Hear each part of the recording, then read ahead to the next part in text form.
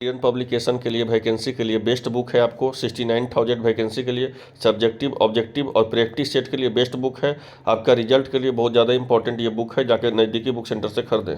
Hello दोस्तों, कैसे हैं? एग्जाम कॉर्नर पटना चैनल पे स्वागत है। दोस्तों हम आपको 2 से 3 चीज़ बताएंगे इसमें। एक काउंसलिंग से रिलेटेड बताएंगे, दूसरी चीज़ बताएंगे सेकंड मेरिट लिस्ट में किनको मौका मिलेगा, कौन फेल होंगे जो पास हो जाएंगे और कौन पास होंगे जो फेल हो जाएंगे। सब कुछ हम इस जानकारी देंगे इस वीडियो में, आप बने रहें। सब कुछ से ऑथेंटिक अपडेट देंगे। पहला ऑथेंटिक अपडेट आपको बहुत सारे लोगों जो हमारे पास मैसेज करते हैं कि सर आपका अपडेट नहीं मिल पाता, तो आप लोग सब्सक्राइब कर लीजिए, इसलिए आपको ऑथेंटिक अपडेट नहीं मिल पाता। इसलिए चैनल को जल्दी से जल्दी आप लोग सब्सक्राइब कर लीजिए सबसे पहले, कि आपको ऑथेंटिक अपडेट आप लोग को मिलता रहे। अब आते हैं मुद्दा पे, बात करते हैं।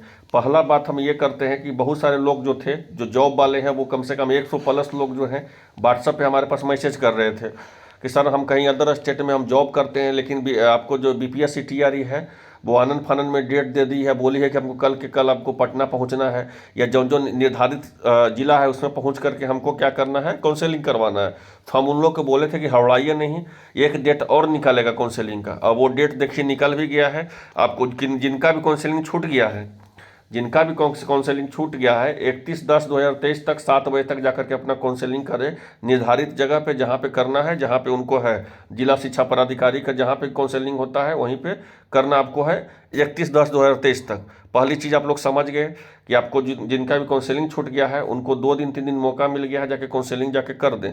दूसरी इंपॉर्टेंट चीज़ है, इस बात को समझते हैं कि हुआ क्या है, हम आप सब कुछ ऑथेंटिक तरह से समझते हैं कि देख लीजिए। पहले इस चीज़ को समझिए आप, यहाँ पे आपको समझना बहुत ज़रूरी है। दूसरी चीज़ कि नियोजित शिक्षक को क्या हुआ है कि राजकर्मी के दर्जा के लिए सक्षमता परीक्षा तो पता ही कि लेने जा रहा है। वो सक्षमता परीक्षा पता है कौन ले रहा है? वो सक्षमता परीक्षा ले रहा है बिहार बोर्ड। यही बिहार बोर्ड है जो बीटीसी जो है, डीएलएड का जो है 2017 से अभी तक आयोजित नहीं किया है। ठीक है, इसको 17 से आयोजित करने के लिए डीएलएड के लिए बीटीसी का नहीं कोर्स है, लेकिन इसको सक्षमता परीक्षा लेने के लिए इसके पास समय है। इस बात को समझ सकते हैं कि आप लोग की तरफ से कोई आवाज़ उठाने वाला नहीं है, इसलिए इन लोग का जो मनमानी चलता है। इन लोग का देखें कि स्टेट में कितना गंदा हाल किया है, कि बहुत सारे लोगों का जो है स्टेट में आप देख सकते हैं पूरी तरह से कि अच्छे अच्छे लोगों को आपको 2 नंबर से 1 नंबर से पीछे कर दिया। दूसरी बात है कि आंसर की में किसी में 32 गलती, में किसी में 34 गलती, किसी में 36 गलती हुआ। आपत्ति भी लोग किए हैं, तो उसका भी कुछ अभी तक कोई आधार नहीं है। तो अब यही बिहार विद्यालय परीक्षा समिति है, यही जो है शिक्षक का जो है सक्षमता परीक्षा लेने जा रही है। तीसरी सबसे इंपॉर्टेंट चीज़ हम आपको बता देते हैं कि हुआ क्या है, उस चीज़ को समझिए। यहाँ पे आप लोग को समझने का बहुत ज़रूरी है चीज़ है कि देख लीजिए, आपको बीपीएससी का टीआरई का 1,70,000 का जो वैकेंसी निकला हुआ है, 1,70,000 का जो निकला था, जिसका जो है काउंसलिंग चल रहा है विभिन्न जिला में, उसमें क्या हुआ है कि 14,000 जो है, यहाँ समझिएगा 14,000 जो आंकड़ा है, ये 14,000 पता है कौन है? 14,000 अदर स्टेट वाले हैं। ये 14,000 अदर स्टेट वाले हैं। और 42,000 कितने हैं? तो 42,000 हैं जो आपके बिहार के जो है नियोजित शिक्षक हैं, वो हैं। बिहार के नहीं, मतलब जहाँ भी जो जो नियोजित शिक्षक में कार्यरत है वो है। ठीक है, 42,000 ये हैं, 14,000 ये है। ठीक है, आप मेरे आंकड़ा को बहुत ध्यान से समझिएगा। अब क्या है, देखिए कि क्या हुआ है। जहाँ तक हम लोग को जानकारी मिली है कि आप लोग का सेकंड मेरिट लिस्ट जो है आपको 7 से 8 नवंबर के पहले आपको देखने को मिलेगा। सेकंड मेरिट लिस्ट 7 से 8 नवंबर या 9 या 10 नवंबर भी जा सकता है। और 4 से 5 नंबर कम वाले को मौका मिलेगा सेकंड मेरिट लिस्ट में।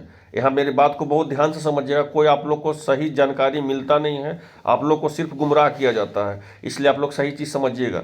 तो 4 से 5 नंबर कम वाले को मौका मिल जाएगा आपको सेकंड मेरिट लिस्ट में। अब यहाँ पे समझिएगा कि आप लोग जब कटअप देखे होंगे तो 67 कटअप गया होगा किसका? 67 कटअप किसका गया होगा? 67 कटअप गया है जनरल कैटेगरी का। तो अगर हम इसमें 4 से 5 नंबर का तो सुने हैं कि मिलेगा मौका, हम लोग को पता भी चला है। विशेष जो है आपको बताया जाएगा इस चैनल पे ऑथेंटिक। और आपको सेकंड मेरिट लिस्ट 9 से 10 तक आप नवंबर तक समझ लीजिए कि वो आ जाएगा। तो ठीक है, तो जब 4 से 5 नंबर, इसमें 67 नंबर अगर जनरल का कटअप गया है और इसमें 4 से 5 नंबर हम अगर कम कर देते हैं तो ये हो जाता है 63 नंबर, नहीं तो 62 नंबर। तो 63 और 62 नंबर, ऐसा भी तो होगा कि 63 से 62, 63, 64 या 65 या 66 number Uttar Pradesh other state वाले को भी होंगे। तो जो 14,000 का जो आंकड़ा यहाँ पे है, यहाँ समझिएगा 14,000 का जो आंकड़ा है ये तुरंत ही 20,000 हो जाएगा, और 6,000 बढ़ जाएंगे उन लोग, 6,000 से ज़्यादा ही बढ़ जाएंगे, हो सकता है 25,000 हो जाए।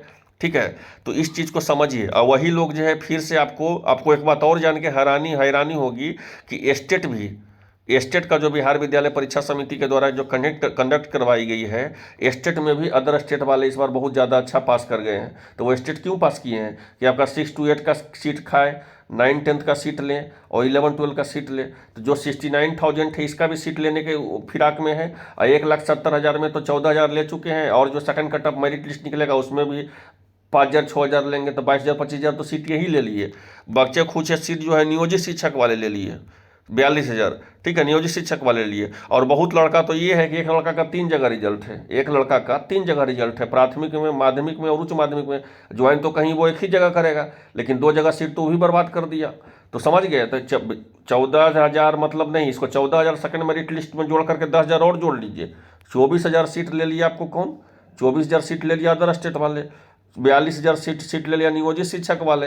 और एक लड़का का 3 जगह रिजल्ट है, प्राथमिक में रिजल्ट है, माध्यमिक में रिजल्ट है, उच्च माध्यमिक में रिजल्ट है, तो ये आपको सीट जो है 50,000 ऐसे ही खा गया आपको जो है बैकलॉग से, ये से वो से कर करके।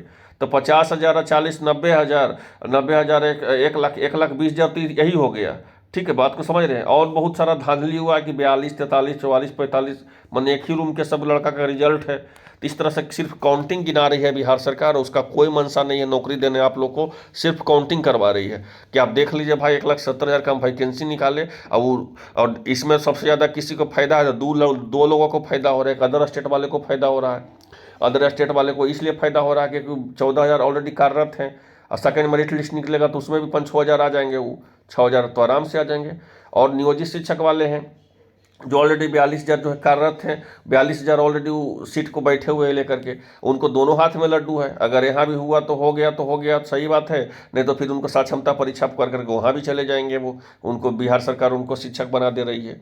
तो इसमें अगर किसी लड़का को लॉस हो रहा है तो जो एक साधारण लड़का है सामान्य का, उसको सबसे ज़्यादा लॉस है। इसीलिए आप लोग सरकार से मांग कीजिए कि डोमिसाइल नीति सबसे पहले लागू हो, कि अदर स्टेट वाले को मौका ना मिले। डोमिसाइल नीति सबसे पहले कहिए लागू करने के लिए। और नियोजित शिक्षक वाले जिस तरह से रिजल्ट को दिए हैं, 42 से 45,000 शिक्षक के ऑलरेडी बन चुके हैं। इसमें जो है अगर किसी को फायदा है तो इसमें शिक्षा विभाग बिहार सरकार को फायदा है। अब पूछिए कैसे फायदा है बिहार सरकार के, तो हम आपको बताते हैं। जैसे कि 4 लाख नियोजित शिक्षक हैं, 4 लाख नियोजित शिक्षक हैं। मेरा याद ध्यान से सुनिएगा, इतना अच्छा से आपको कोई नहीं बताएगा यूट्यूब पे खास करके।